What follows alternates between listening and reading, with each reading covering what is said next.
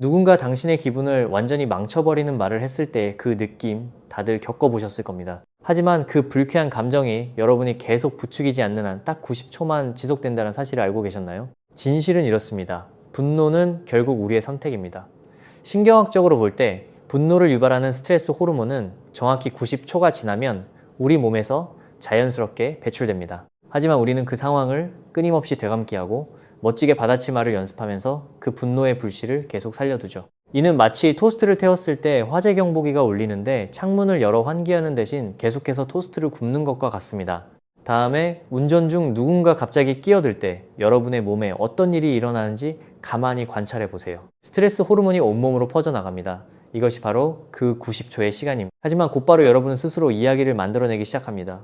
정말 답답한 사람이네 라고 말이죠. 그리고 어느새 20분이 지나도 여전히 화를 내고 있는 자신을 발견하게 됩니다. 이 90초의 법칙을 이해하게 되면 우리에게 선택의 순간이 있다는 것을 깨닫게 됩니다. 화학물질이 자연스럽게 빠져나가도록 내버려둘 수도 있고 그 불길에 계속 기름을 부을 수도 있죠. 우리 주변에는 무슨 일이 일어나도 항상 침착함을 유지하는 사람들이 꼭 한 명씩 있습니다. 그들이 초인적인 능력을 가진 것은 아닙니다. 그저 여러분이 지금부터 배우게 될 비밀을 알고 있을 뿐이죠.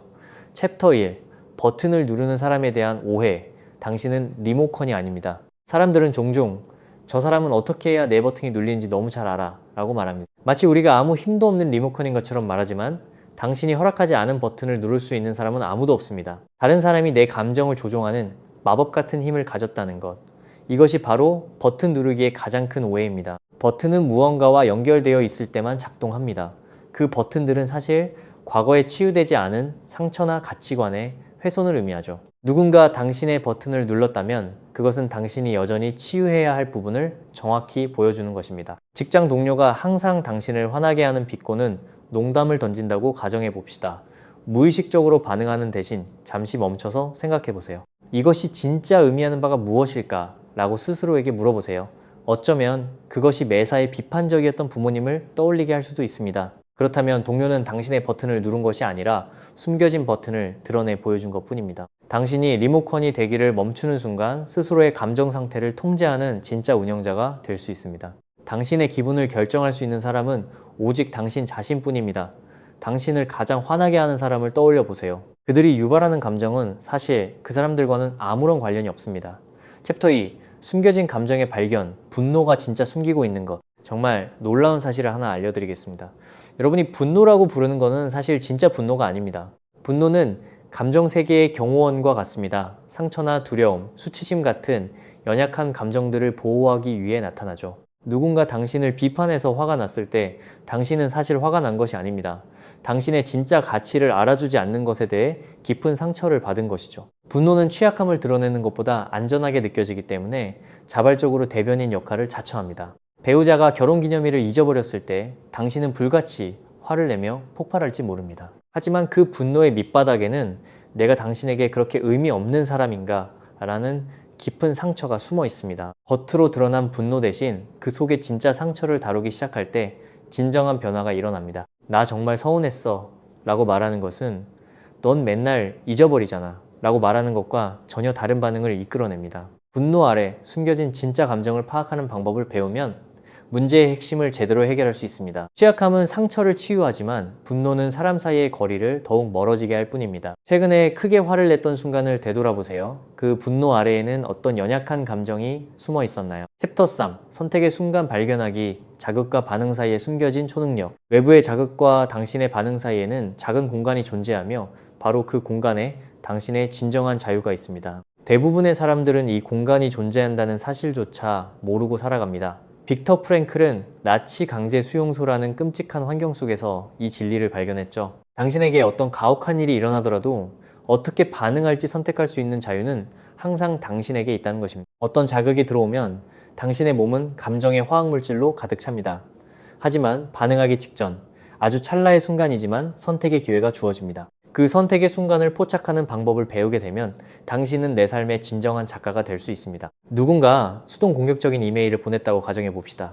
첫 번째 충동은 당장 반박 답장을 보내는 것일 겁니다. 하지만 전송 버튼을 누르기 직전 내일 아침에 일어났을 때 스스로 자랑스러울 수 있는 반응은 무엇일까? 라고 물어보세요. 이 질문 하나가 여러분 안에 잠들어 있던 선택의 순간을 활성화시킵니다. 이 선택의 순간이야말로 여러분이 가진 강력한 감정적 초능력입니다. 이것이 바로 환경에 이리저리 치이는 핀볼이 될 것인가, 아니면 게임을 지배하는 플레이어가 될 것인가를 결정짓는 차이입니다. 평소에 절대 당황하지 않는 사람을 떠올려 보세요. 그들은 자극과 반응 사이의 공간을 통제하는 방법을 마스터한 사람들입니다. 여러분도 충분히 해낼 수 있습니다. 챕터 4, 관찰자, 자아기법, 감정을 날씨처럼 바라보기. 감정의 폭풍에 휩쓸리는 대신 그 감정을 마치 지나가는 날씨처럼 관찰할 수 있다면 어떨까요? 여러분의 내면에는 감정에 동화되지 않고 그저 감정을 바라볼 수 있는 관찰자라는 부분이 존재합니다. 아, 지금 분노가 치밀어 오르고 있네. 심장 박동이 빨라지고 있구나. 라고 그저 알아차리기만 하면 됩니다. 당신 자신이 분노 그 자체가 되는 것이 아니라 한 걸음 물러서서 그 분노를 관찰하는 것입니다. 이 관찰자 자아는 언제나 평온하고 늘 현재의 순간에 깨어 있습니다. 저 사람은 정말 바보야 라고 생각하는 대신 저 사람은 바보라는 생각이 지금 내 머릿속에 떠올랐네 라고 인식하는 부분이죠. 사춘기 자녀가 당신을 향해 눈을 흐길 때 즉각적으로 방어적인 태도를 취하는 대신 관찰자를 깨워보세요. 내 안에서 짜증이 올라오고 있는 것이 느껴지네 라고 생각하는 것입니다. 이제 당신은 감정에 휘둘리는 대신 그 감정을 차분히 지켜보고 있는 중입니다. 이 고요한 공간에서 당신은 실제로 상황을 개선하는데 도움이 되는 반응을 현명하게 선택할 수 있습니다. 관찰자 자아는 당신에게 강력 감정적 면역력을 길러줍니다. 어떤 감정이든 피하지 않고 온전히 경험하면서도 결코 그 감정에 지배당하지 않을 수 있죠. 극심한 혼란 속에서도 침착함을 유지했던 순간을 떠올려 보세요. 그때 당신은 무의식적으로 관찰자 자아를 사용한 것입니다. 이제는 의식적으로 할 수 있습니다. 챕터 5 인식의 대전환. 까다로운 사람을 나의 감정 트레이너로 만들기. 만약 내 삶을 힘들게 하는 사람들이 장애물이 아니라 내 감정의 근육을 단련시켜줄 개인 트레이너라면 어떨까요? 이러한 관점의 전환은 까다로운 사람들을 대하는 여러분의 태도를 완전히 바꿔놓을 것입니다. 여러분의 삶에 등장하는 모든 힘든 사람들은 여러분이 어떤 부분에서 더 성장해야 하는지를 정확히 보여줍니다. 매사에 비판적인 상사는 당신의 회복 탄력성 근육을 단련시키고, 불만이 많은 이웃은 당신이 경계를 설정하는 기술을 훈련하도록 돕습니다. 헬스 트레이너가 힘든 운동을 시키는 것처럼 감정 트레이너는 당신의 감정적 힘을 길러줍니다. 사사건건 간섭하는 상사가 오늘만 15번째 이메일을 보냈다고 상상해보세요. 갑자기 이 상황은 더 이상 나에 대한 개인적인 핍박이 아니라 훌륭한 감정훈련의 장으로 변하게 됩니다. 그러면 당신은 호기심을 가지고 이 프로젝트에 대해 확신을 가지시려면 제가 어떤 점을 보완하면 좋을까요? 라고 묻게 될 것입니다. 까다로운 사람들이 트레이너로 변하는 순간 당신은 더 이상 피해자가 아니라 훌륭한 학생이 됩니다. 모든 인간관계의 마찰은 감정적으로 한 단계 도약할 수 있는 절호의 기회가 됩니다. 당신을 가장 힘들게 하는 관계를 돌아보세요. 그 사람은 당신이 어떤 강점을 키우도록 돕고 있는 것일까요? 새로운 것을 배우셨다면 좋아요 버튼을 누르고 구독하시고 다른 사람들과 이 지혜를 공유해보세요. 여러분의 생각도 댓글로 남겨주세요. 챕터 6 경계선 설계도. 벽을 쌓지 않고 내 평화를 지키는 법. 경계선은 사람들을 밀어내기 위해 세우는 높은 벽이 아닙니다.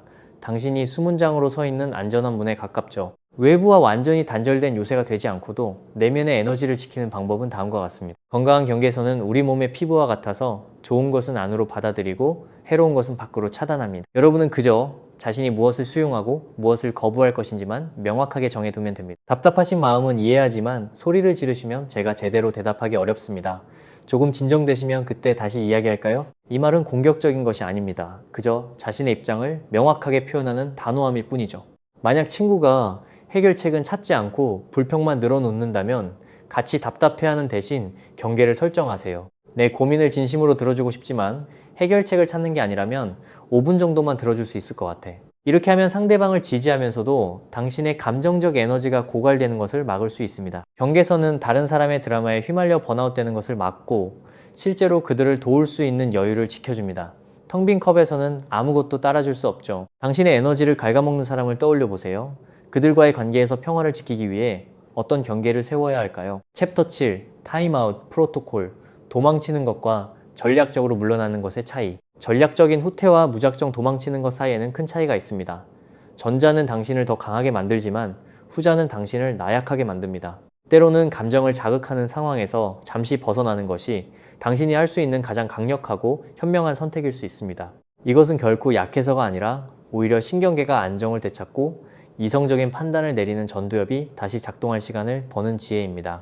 지금은 이 대화를 잠시 멈추고 싶어. 내가 감정적으로 반응하지 않고 차분히 생각해서 대답할 수 있을 때 다시 이야기하자. 이것은 상황을 회피하는 것이 아니라 더 성숙하고 기술적으로 접근하는 방법입니다. 퇴근 후 스트레스가 극에 달해 있을 때 배우자가 민감한 주제를 꺼낸다면 짜증을 내는 대신 저녁 먹고 나서 다시 얘기하자고 부드럽게 밀어보세요. 이는 상대방의 의견을 존중하면서도 동시에 당신의 감정적 한계를 솔직하게 인정하는 훌륭한 방법입니다. 단 5분의 타임아웃이 이후에 사과하고 수습해야 할 몇 시간의 감정 소모와 심각한 관계의 손상을 예방해줍니다.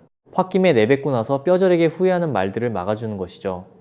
성숙한 사람은 무작정 자리를 박차고 나가는 대신 정중하게 휴식을 요청합니다. 감정이 너무 격해져서 대화를 망쳤던 기억을 떠올려 보세요. 잠시 타임아웃을 외쳤다면 결과는 완전히 달라졌을 것입니다. 챕터 8. 트리거 지도, 그리기, 내 안의 감정적 지뢰밭 파악하기. 눈을 가린 채로 지뢰밭을 걷는 사람은 없습니다. 그런데 왜 인간관계에서는 내 감정의 지뢰가 어디 있는지 모른 채 위태롭게 걷고 계신가요? 당신을 자극하는 방아쇠는 무작위로 당겨지지 않습니다. 부모님을 떠올리게 하는 사람들이나 거절당했던 과거 등 일정한 패턴이 존재하죠. 아, 이 사람의 말투가 내 판단을 무시하던 예전 상사를 떠올리게 하는구나. 그래서 내가 방어적이 되는 거였어 라고 패턴을 알면 당황하지 않게 됩니다. 아는 것이 힘입니다. 지뢰의 위치를 알고 나면 밟지 않고 안전하게 피해갈 수 있죠. 일주일 동안 간단하게 트리거 일기를 써보세요. 감정이 폭발할 때마다 누가 연관되어 있었는지, 어떤 행동과 말이 과거를 떠올리게 했는지 적어보면 놀라운 패턴이 보일 것입니다. 성격이 급한 권위적인 사람을 만나면 화가 난다거나 비꼬는 말투가 예전의 상처를 건드린다는 식의 패턴 말이죠. 나만의 트리거를 정확히 알게 되면 미리 마음의 준비를 할 수 있고, 이 준비가 무의식적인 반응을 의식적인 대응으로 바꿉니다. 반응에 끌려다니는 수동적인 삶에서 벗어나 주도적으로 행동하게 되는 것입니다. 당신을 지속적으로 자극하는 패턴이 바로 자유로 이끄는 지도입니다. 챕터 9. 따뜻한 거리두기, 짐을 떠안지 않고 진심으로 배려하기. 상대방의 무거운 감정을 대신 짊어지지 않고도 우리는 충분히 그 사람을 진심으로 배려할 수 있습니다. 따뜻한 거리두기란 마음은 항상 열어두되 건강한 감정적 경계를 유지하는 것입니다. 고통에 짓눌리지 않으면서 지켜보는 것이죠. 널 아끼지만 내 스트레스를 키우지 않고 널 도울 방법이 있을까? 이것은 물에 빠진 사람에게 구명조안을 던져주되 함께 익사하지 않는 것과 같습니다. 친구가 이혼 소송 중 매일같이 분노를 쏟아낸다면 일주일에 2번만 깊은 이야기를 나누고 나머지는 긍정적인 일에 집중하자고 제안해보세요. 당신의 삶이 무너지지 않으면서도 친구에게 꼭 필요한 든든한 버팀목이 되어줄 수 있으며 더 오랜 시간 도울 수 있습니다. 스스로 지쳐 쓰러진 조력자는 결국 그 누구도 구해낼 수 없다는 사실을 잊지 마세요. 모든 문제를 짊어지는 방식은 장기적으로 전혀 도움이 되지 않습니다. 당신을 지치게 하는 사람의 짐을 지지 않고도 따뜻하게 안아주는 법을 고민해보세요. 챕터 10. 스토리 멈추기. 머릿속에서 끝없이 재생되는 부정적 이야기 끊어내기. 여러분이 겪고 있는 것은 객관적인 현실이 아니라 스스로 만들어낸 이야기일 뿐입니다. 이야기를 바꾸면 감정의 색깔도 완전히 달라집니다. 누군가 자극할 때 뇌는 순식간에 나를 무시해, 나를 조종하려고 해 라는 주관적인 해석을 만들어냅니다. 상대방의 날카로운 말투가 그저 스트레스 때문이라면 어떨까요? 당신이 들려주는 이야기가 감정의 온도를 결정합니다. 상사의 짧은 이메일을 나를 해고하고 싶어 해로 해석하면 극심한 불안감을 느끼지만 바빠서 요점만 보낸 것으로 해석하면 호기심과 감사를 느끼게 됩니다. 똑같은 이메일도 어떤 이야기를 선택하느냐에 따라 하늘과 땅 차이가 됩니다. 자의적인 해석의 노예가 되지 말고 주도적인 창조자가 되세요. 마음이 상했던 일화를 떠올려보고 완전히 다른 긍정적인 이야기를 선택했다면 어땠을지 상상해보세요. 실천이 따르지 않는 지식은 오락거리에 불과합니다. 진정한 변화는 꾸준한 반복을 통해서만 일어납니다. 하나의 기술을 일주일 동안 집중적으로 연습해보세요. 자극받을 때 90초의 법칙을 떠올리고 심호흡하며 선택의 순간을 찾는 겁니다. 현명한 반응을 선택할 때마다 뇌 신경망은 새롭게 재배선됩니다. 다음 주는 관찰자 자아기법 하나에만 집중해보세요. 강력한 감정이 일어나는구나 라고 조용히 읊조리는 연습이 2주차가 되면 습관처럼 자연스럽게 튀어나올 것입니다. 사소한 변화가 모여 인생을 뒤바꿉니다.